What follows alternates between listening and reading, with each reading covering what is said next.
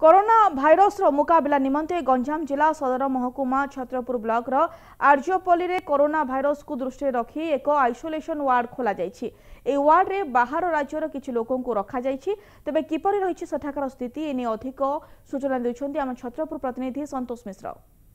कोविड-19 रो मुकाबला करिया पय जिला प्रशासन पक्षरु व्यापक व्यवस्था ग्रहण कराइछि। आमे वर्तमान अछु आरजीपी आइसोलेशन सेंटर रे हम सीधा सड़क कथा हवा से स्थानीय अंचल रो कहउछन्ती कोन कहिबे जो आइसोलेशन सेंटर अछि त किबोली भाबरे व्यवस्था करा जायछि।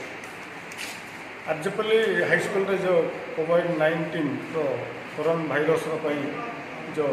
आइसोलेशन सेंटर व्यवस्था कराइछि बहुत ठीक भाबरे करा जायछि। आ स्वास्थ्य विभाग तरफ प्रति मुहूर्त विजिट करछन्ती से जो अच्छा तीन जन से तीन जन कथा बुझुंट सजग रहीचु ये अंचलवासी सजग रही कोरोना भाइरस आम अनुरोध करूँ जिलापाल महोदय को जे जो बाहर राज्य बाहर जिलार ट्रक आसटा ये कोरोना भाइरस जो 3 तारीख पर्यंत ट्रक बंद करा जाऊ जेहेतु समस्त भयभीत अच्छा तेणु कलेक्टर महोदय कहले आम सेंट्रल गाइडलाइन जहाँ अच्छी से चली आम देखुचु सुविधा कौन असुविधा कौन आम बुझुचु सब करुचु किंतु ये समस्त सजग रही काम समस्त सजग रही काम कर जो डाक्तर मान भूमिका कथा कहला आइसोलेशन सेंटर में डाक्तर मान भूमिका बहुत गुरुत्वपूर्ण रही है। रोगी जो अच्छा कोविड-19 से ट्रिटमेंट कर गोटे सैनिक भाव से काम कर कौन कहे मैडम कि भाव में देखुं कौन कौन ये कर बर्तमान आइसोलेशन सेंटर में 3 जन अच्छा साना आरजीपी आइसोलेशन सेंटर जोटा कि बहुत भल भाव में मैनेज होती खाया पीवा व्यवस्था भी बुझा जाऊँगी जहाँ भल मंद से स्वास्थ्य विभाग टीम आसिक बुझुचु आम निजे आरआरटी टीम हिसाब से आम प्रत्येक दिन आसिक बुझुचु से बर्तमान पर्यटन कौन लक्षण ना कि नाला भी से आगु अलरेडी चेकअप होकर एमकेसीजी आसी से 14 दिन पर्यंत से क्वारंटाइन रही आइसोलेशन सेंटर रही सिम्पटम देखिए टेस्ट करके घर को छड़ा जाए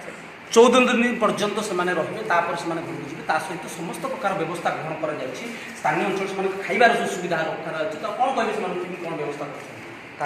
सका बिस्कुट दि जाऊँगी खरा